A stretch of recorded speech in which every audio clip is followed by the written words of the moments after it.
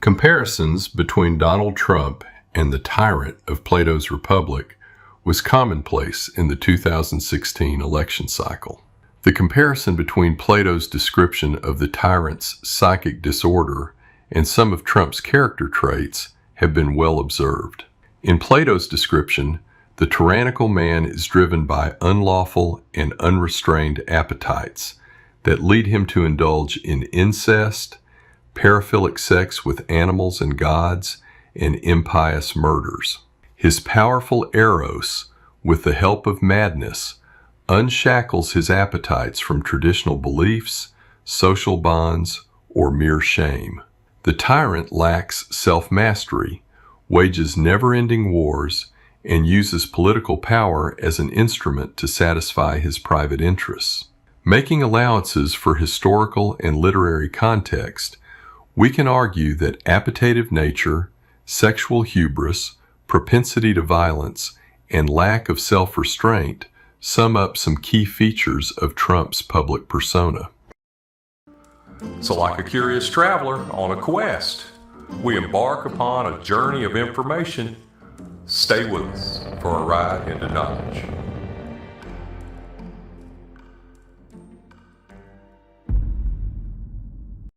Now, in Book 5 of the Republic, Plato records a discourse between Socrates and several of his students. They want clarity from Socrates on what is the ideal state and what the family life would be like for women and children. Socrates surprises them with the description of an ideal state, mandating that women be treated equally as men, even in the military. He ends, though, with the description of the ideal leader, whom he refers to as the philosopher king. Until philosophers are kings, or the kings and princesses of the world have the spirit and power of philosophy, and political greatness and wisdom meet in one, and those commoner natures who pursues either to be exclusive of the other are compelled to stand aside, cities will never have rest from their evils, nor the human race, as I believe, and then only will this our state have a possibility of life and beyond the light of day. It is constant in human history that a sizable plurality of citizens desire an autocrat to lead them. For centuries, some version of the philosopher king prevailed, a kind of benevolent dictator who would make wise and selfless decisions for the good of the country and its citizens. No bickering senators or centurions, no stalemated legislative bodies tied in knots. A wise, benevolent, and decisive leader to act like a shepherd and guide his flock was the ideal. The last century, however, saw the rise of a strong man, a dictator who ruled by force and commanded submission. Amazingly, there is plenty of this style of leadership in history, but the track record is one of chaos and carnage. Now, I don't believe there's an example of a strong man in history who ruled kindly and for the benefit of his people. So if you're disgusted with representative democracy and desire quick decisions by forceful leaders, then you may pick the philosopher king or the strongman autocrat. It seems Plato thinks the best person for any job is someone who knows how to do it well. And for example, when you're on a boat, you want a skilled navigator in charge, not a hat maker.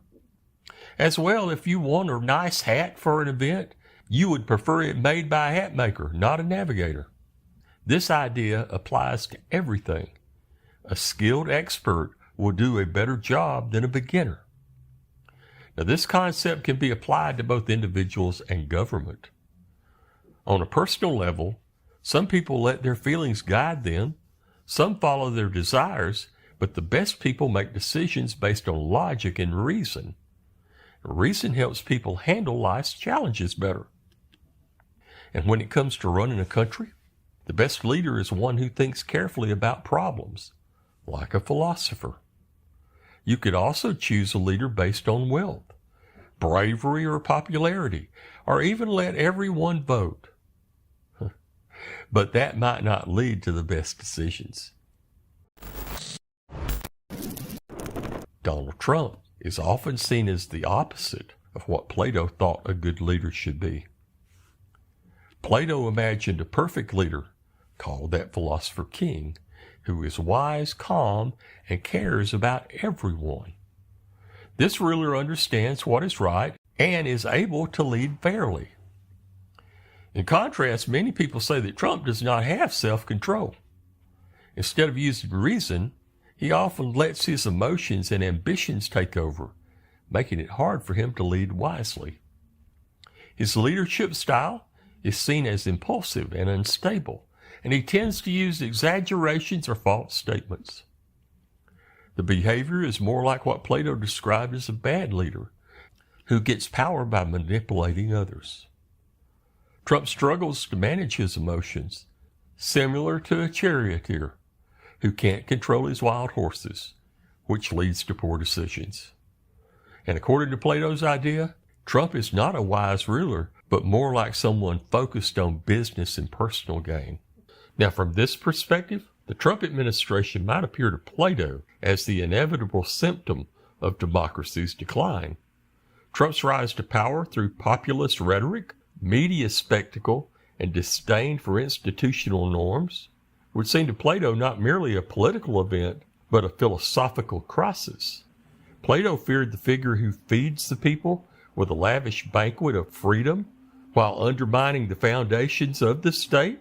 A democracy that no longer values wisdom is ripe for manipulation. Plato compared democracy to a messy market where everybody's desires clash and the truth gets ignored. He would see today's politics, especially with President Trump, as proof that democracy often cares more about looks than what's real. Plato would think that Trump isn't the main problem, though, but just a sign of a democracy that is lost, where people's wants rule instead of smart thinking, and entertainment matters more than knowledge.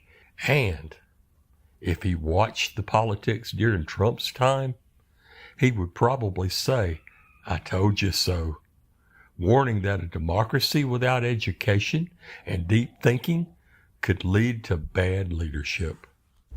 Just more food for thought. Thanks for watching this and all our videos. Please like, share, and subscribe. And until we meet again, stay curious, fellow travelers, and have a great day.